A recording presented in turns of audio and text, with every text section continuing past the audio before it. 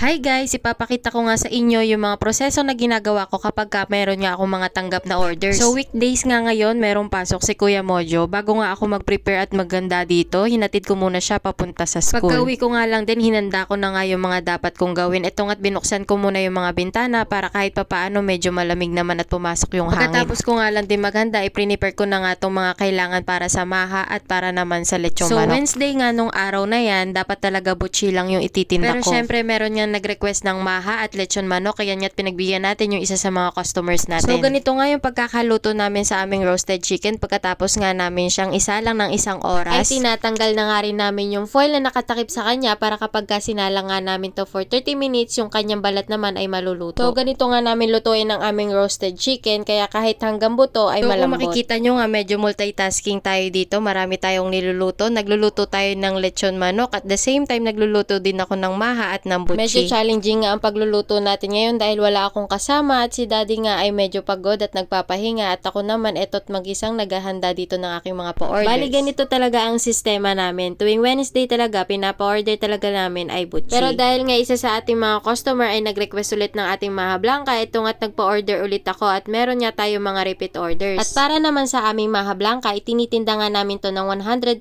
pesos at kung makikita nyo nga, ang pinakalalagyanan niya ay 500 At para naman sa sangkap ng aming pinaka-creamy maha blanca, ito nga ay purong gatas at hindi namin hinahaluan ng kahit anumang tubig. Kaya para naman doon sa mga tao o sa mga customers namin na nagtataka kung bakit medyo pricey ang aming maha blanca, dahil yung mga ingredients po na nilalagay namin dyan ay hindi po basta-basta. Medyo pricey rin po yung mga ingredients na ginagamit namin dyan para makakuha po kami ng magandang quality na ibebenta sa inyo. So hindi po kami nagbebenta lang para makabenta sa inyo, kundi binibigay din po namin yung value na ibinabayad nyo sa amin. Kasi sinisigurado namin worth it yung binabayad nyo sa amin at siguradong quality naman ng yung matatanggap na produkto. So bilang business owner, sinisigurado ko talaga na masasatisfy yung mga customer ko sa mga product na binebenta ko. And may share ko nga lang din, noon pa man talaga mahilig na ako mag-business. And bata pa lang talaga ako mahilig na ako magbenta-benta, lalo na sa school. Pero para sa akin, laro-laro nga lang yung ginagawa ko na yun. Pero na-realize ko nito lang, na yung mga natutunan ko noon, pwede ko palang mai-apply ngayon. So mabalik nga tayo dito sa ginagawa ko. Natapos na nga din ako mag-prepare at natapos ko na nga din idikit yung mga sticker sa pinaka-tab. At the same time, tapos na nga din ako mag-pack ng mga chicken. At pagkatapos ko nga lang din mag-pack, nilagay ko na nga rin siya sa tricycle at dadaling ko na nga siya doon sa mga customer ko. So one man power tayo ngayon. Ako na nga din yung nag-deliver sa aking customer dahil nga wala tayong driver at nagpapahinga. So yun lang, maraming salamat sa panonood.